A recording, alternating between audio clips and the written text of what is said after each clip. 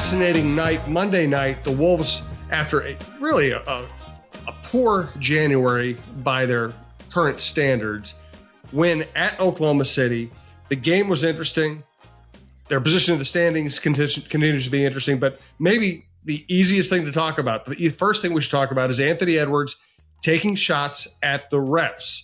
I try not to talk too much about the refs. I agree with him. I thought they missed a lot of calls, a lot of egregious calls. I thought the calls did favor Oklahoma City. But John, what do you think about Anthony Edwards taking on the refs and the wisdom of that approach? Yeah, it's dangerous. I'll say that, Jim, because I do think that if you've watched this season play out, and as great as Anthony Edwards has been on the court, which he has been great, one of the marks on his resume right now is that I do think he is starting to gain a reputation as a complainer with officials. He argues a lot of calls. And I think that a problem that you potentially run into, ask Luka Doncic, ask Karl Anthony Towns, ask a bunch of players who have gotten this reputation, is that referees will call the games differently with you if they see you as an irritant, as an annoyance, as someone who unfairly criticizes them. So there is danger in being as frontal as Anthony Edwards was after the Oklahoma City game, both in his TV interview and then in his locker room interviews afterward. That said, on this particular occasion, I understand why Edwards was very frustrated. When you see some of the calls that were missed on him, especially two of them, Jim, where in the first half he went to the rim against Chet Holmgren, was clearly fouled and didn't get a call. And then certainly the one at the end of the game where he goes to the rim, dunks it, has Shai Gilgeous-Alexander, I believe it was, literally like hanging on his arm as Edwards dunks. And he has to look at that and say, I don't get the same kind of treatment that Shai Gilgeous-Alexander gets, who gets a very light whistle, went to the free throw line 16 times last night. And so I think all of that built up for Edwards' frustration. And so for Edwards to take it and say, I'm going to take the fine here, it was clearly strategic on his part to try and do something different and get the referee's attention and say something has to change here. I worry that it will not work for him, that it actually might backfire on him, but the frustration clearly reached a boiling point. And I think that now the key for him is just to move forward and not address it anymore. You said your piece, go for it. And now he's got to really scale back the criticism of referees over the next several games, because this puts them in the crosshairs, and that's usually not a good place to be. Important announcement, at least for us. Talk North is going to be very lucky to have Chris Finch as the guest of the Jon Krawczynski Show, 7 p.m. Saturday, February 3rd at Headflyer Brewing, our favorite place to do shows. Minneapolis, it's easy to find GPS. It's just not that far from downtown, but it's got its own cool little area block with and plenty of seating. We've had big crowds there. I imagine this will be a very large crowd to see Chris Finch. We want to thank Chris Finch for making time during a very busy season to come out and see us, talk to us, and see fans. Recommend getting there early, and we'll tell you more about Headflyer later. By the way, this is the Jon Krawczynski Show, part of TalkNorth.com. Best way to listen to this show or any show you like at the network. Please subscribe to your favorite podcast app. It's free. It's the easiest way to listen. You can also hear John on the Viking Update Show. We're coming to you from the Aquarius Home Services studio. We want to thank Aquarius Home Services, TSR Injury Law, Headflyer Brewing, and Shepherd Goods and Lamb Chops clothing line. That's a new sponsor for the Jon Krawczynski Show, and John's going to tell you more about them later and give something away later. So hang on to the end of the show. This might be a relatively short show just because we're going to talk for an hour on Saturday night at Headflyer Brewing and have Chris Finch for maybe half of that. So we're just going to hit some highlights here, and then we will see you on Saturday night at Headflyer Brewing. That show, of course, will be released a day or two later. If you want to hear everything fresh, recommend being there, and Headflyer Brewing is a great place to hang out. All right. It's fascinating that Karl Anthony Towns obviously went through much of his career feeling like he didn't get calls, I agree with him that he didn't get calls that usually a player of his ability get, and he is still not getting calls, and he's kind of calmed it down. Now Anthony Edwards has stepped forward. What role do you think Carl has played it right, and what role does Chris Finch play in all of this? Well, I would say that I do think that by and large this season, Karl Anthony Towns has been better about not complaining as much. I think he has reeled a lot of that back, and he is not as demonstrative. He is not as frontal with officials after so many calls like he was earlier in his career. He still has times during this season where he does argue, but I think there started to be a recognition for Towns that all of his antics that way were not working. They were not resonating with the referees. And I would argue that they actually did have an opposite effect with him. I think when you watch how he is officiated, when you watch some officials and the demonstrativeness with which they whistle fouls against him, I think that they use his reputation against him a little bit. And I do think it does not help him on the court. So he has taken steps this season to try to address it. And when you see when he is talking to officials these days, it is in a much calmer manner. He is not right in their face. He's not throwing his hands up. He's not whining and crying a lot, things like that, which we have seen him do in the past. Now, what I don't know is what is the content of the discussion, and is he being respectful that way? It seems like it is, but I think he has tried hard to turn over a new leaf in that regard. Is it working? Some nights it is, some nights it isn't. I think the issue with Karl more so is that he does commit a lot of fouls, especially offensive fouls. He uses that arm to hook on his drives, and he's getting called for that a lot. But we saw last night there was one play in the Oklahoma City game where he got a rebound, put his shoulder into Jalen Williams' chest, ran him right over, and there might have been a little bit of a flop from Williams in there, and then dunked. And that's a play that would often go against him. I've seen it many times over the years go against him, and officials not give him the benefit of the doubt in that call. He did get that last night. So it is possible that we are seeing a little bit of an improvement in terms of what calls go against Karl because he has changed his approach with officials a little bit. Has that affected Anthony Edwards? I think it could. Ant is now in his fourth season, and he came into the league as a 19-year-old, seeing Karl Anthony Towns and D'Angelo Russell and several players on the Timberwolves be very combative with officials, always kind of, riding them hard, things like that. And maybe he picked up some habits that way. Maybe he watched Luka, maybe he watched Trae Young, maybe he watched LeBron, and the way that they go at officials, and is trying to model or taking cues from them that way. So I think certainly Towns, Edwards are not alone across the league in complaining, because I do think that there are a lot of high profile players who do a lot of complaining.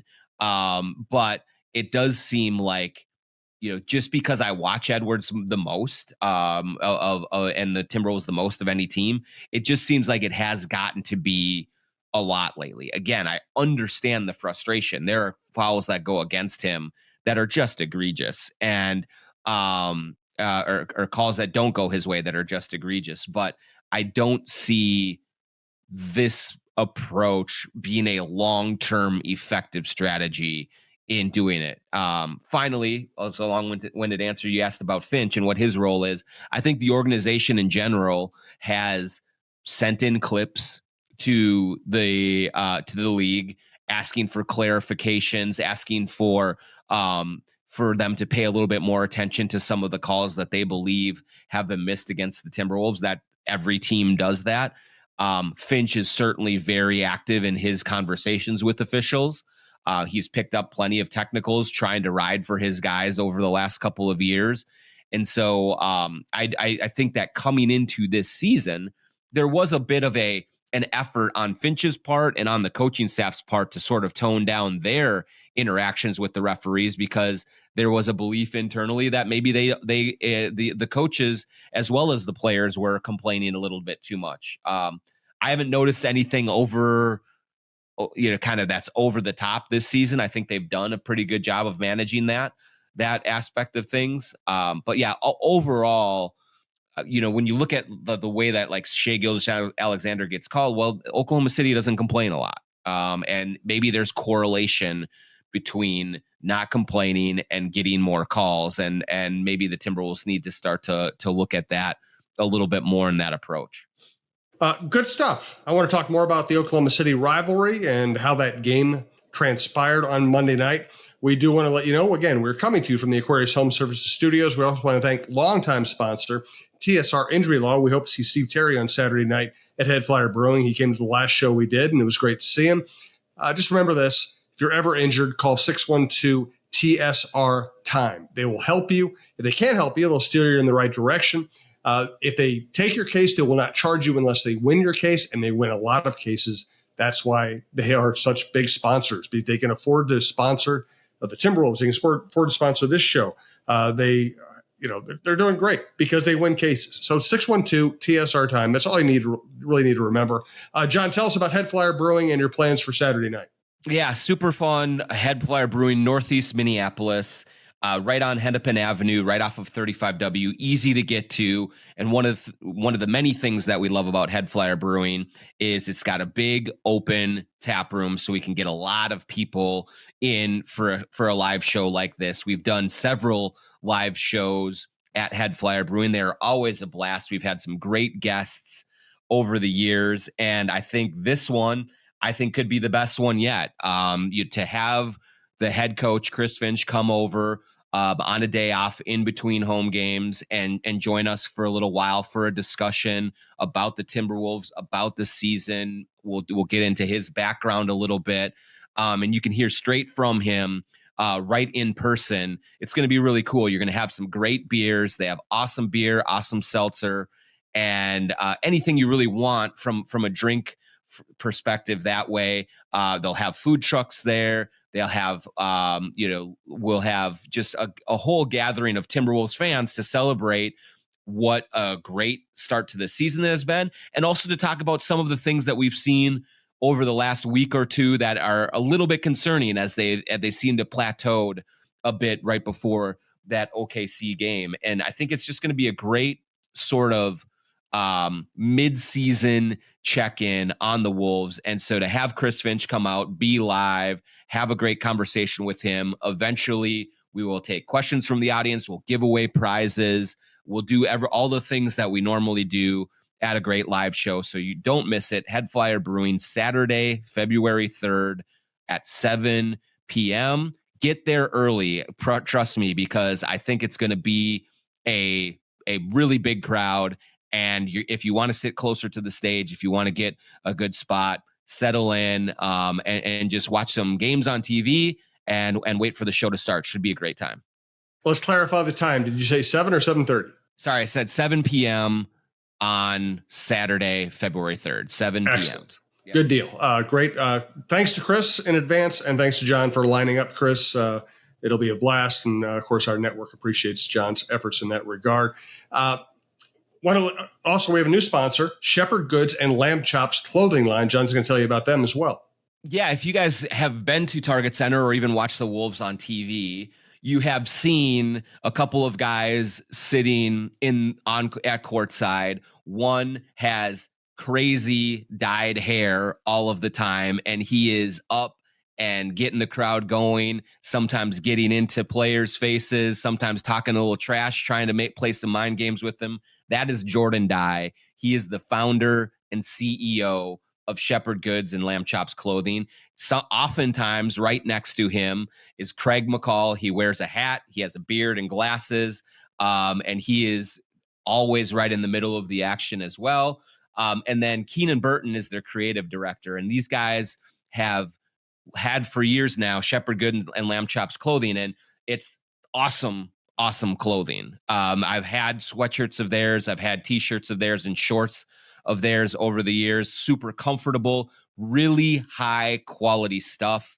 And I can see why these guys are sitting courtside and having great seats, because they make a great product that I have been wearing long before they were sponsors of this show. And so they're a local company. They are avid Timberwolves fans. And so if you identify with them, if you wonder what they're about, go to sglambchops.com, and that is their website. Or you can find them on Instagram at sglambchops, and you can peruse all sorts of different clothing. They have hats, they have hoodies, they have sweatpants, they have all sorts of very uniquely designed and great looks for any occasion for you to check out.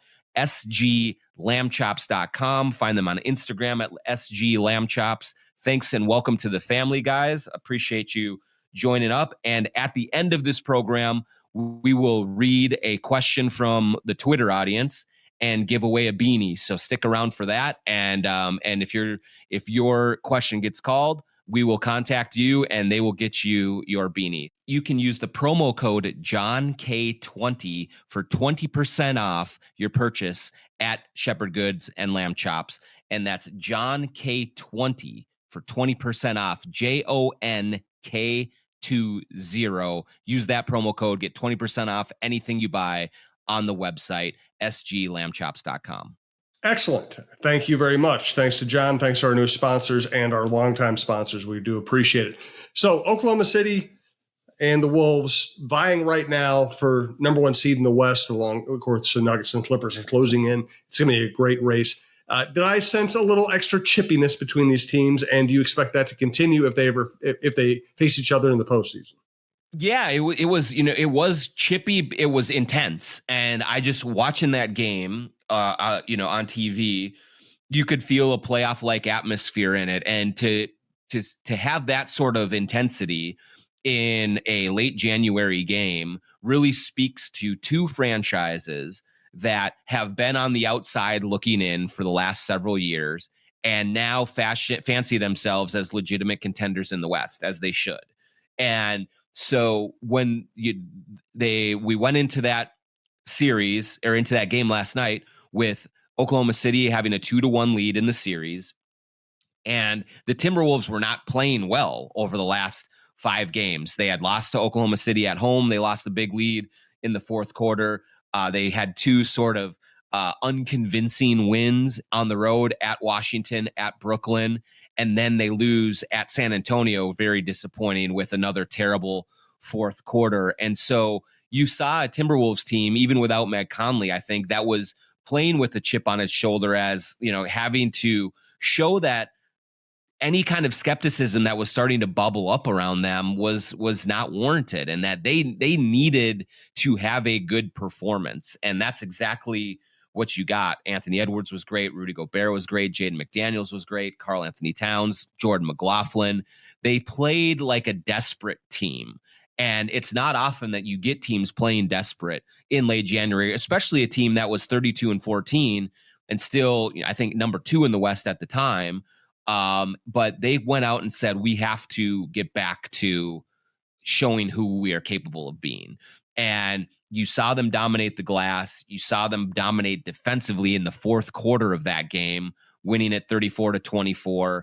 And they went at each other. It was 2 teams trading blows, hitting big shots, running each other over on the way to the basket, hard fouls, all sorts of different things. It was just great theater for a January game, and the Wolves got a win that they really needed to get to even the series. They are back in first place in the Western Conference, and I think that allows them to just settle down a little bit after some really shaky outings over the previous 5 games. No doubt. They won without Mike Conley, which is big. They had a great fourth quarter, which they hadn't been doing.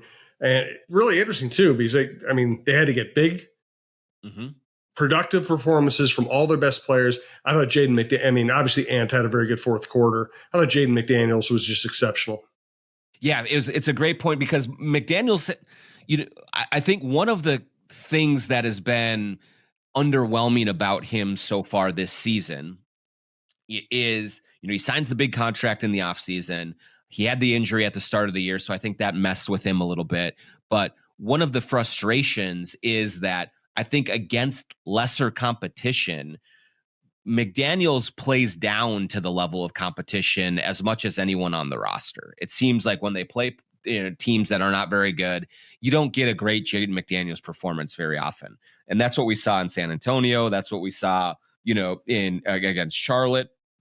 And so to see him now rise to the occasion against Oklahoma City in a very big game, that was important because not only did he play great defense on Chet Holmgren, Chet was 2 for 9 in the game, really, really struggled. And it was a really nice move by Chris Finch to put McDaniels on Holmgren and have him really bother that 7'2", 7'3" dude from Minnesota. But McDaniels really messed with him, and it was a very effective defensive strategy by Chris Finch. But then also offensively, McDaniels was super effective. He hits the big 3 in the corner in the fourth. He also had a huge putback on an offensive rebound that you do not often see from Jaden McDaniels a little bit later in that quarter to help kind of that 11-2 closing push by the Timberwolves. And so when they get those kind of two-way contributions from Jaden McDaniels, it makes such a big difference because it gives them just enough offensively outside of Towns and Edwards, and he is imposing his will defensively. It shows how impactful he can be. It shows why they gave him all of that money, because they believe that's the kind of player that he is capable of being. It's been a little inconsistent this season. We haven't seen Jaden really put together a run of good games like that, but that should be like the exhibit A of the Jaden McDaniels impact game. And if he can start to stack performances like that up, that really is going to bode well for the Timberwolves. No doubt. Listen, we have lots of other things we get to, but we're going to do another show, a live show with the head coach here in just 5 days. So I think we're going to save a lot of the other intrigue for Chris Finch and let him speak for himself. For now, John, why don't you tell us about the Lamb Chops giveaway? Yep. So I put out on Twitter just a little prompt for a question and got a lot of great submissions from Wolves fans. Asked a lot, asking about trades, asking about some rotations, asking about a lot of things, Jim, that I think we're going to cover in the next week or two, just on the regular show. And certainly on Saturday at Headflyer, we'll get into a lot of the very basketball centric questions. So I chose this one from Wolvesback 4, who asks a little bit more about something that I don't think a lot of fans have any kind of insight into, and it'd be good to get into. It says, what does traveling with the team look like for you? Are you intersecting the same hotels, schedules, flights? Do you ever get to ride the team plane?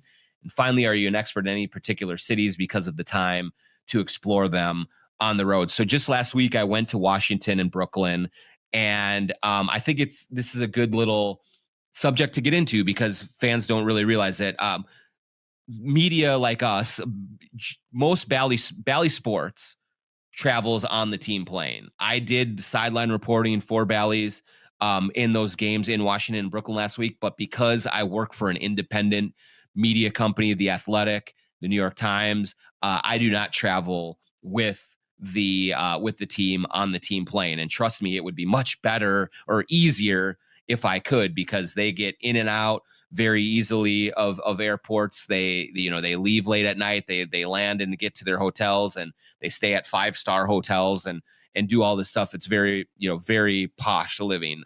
We in the normal media, we fly commercial, and we stay generally at Marriott hotels. They're very nice hotels. It's not like some flea bag motel on the outskirts of a town, but it's just a different setup. So we're not traveling with the team.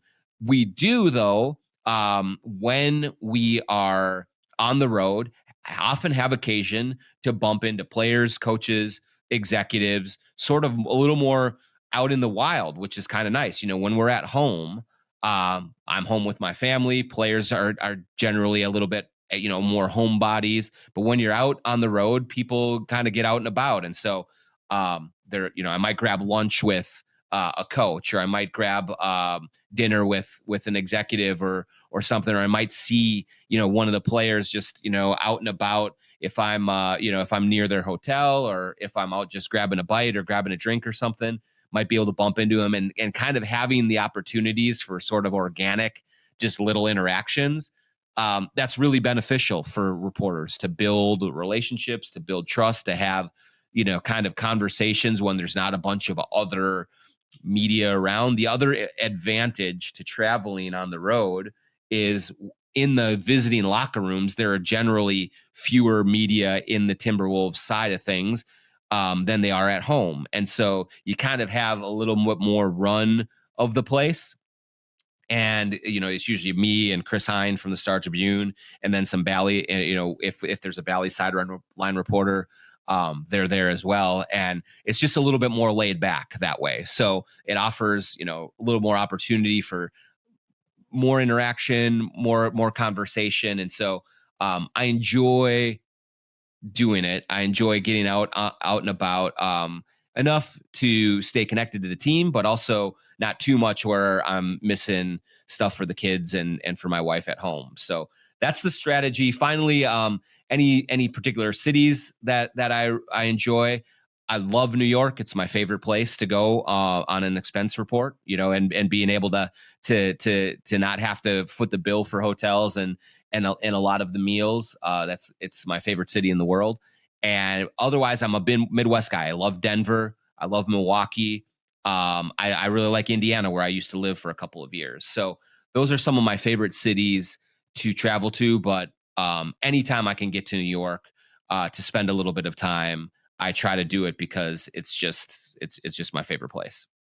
New York's fantastic as a baseball beat writer and a football beat writer. I just love my trips to New York. I could tell you a million stories someday. Well, for today, we're going to say thank you for listening. We will see you Saturday night, 7 p.m. at Headflyer Brewing in Minneapolis. Again, it's a lot of space, but you might want to get there early. We've done summer shows where the patio is overflowing, and obviously this time of year, people are not going to be sitting on the patio. So I highly it's going to be like 50 degrees, I think, Jim. So good point. I would say wear your Speedos and your tank tops. You'll be fine. It'll be great. Thanks to John. Thanks to our producer Brandon Morton, and we'll see you Saturday.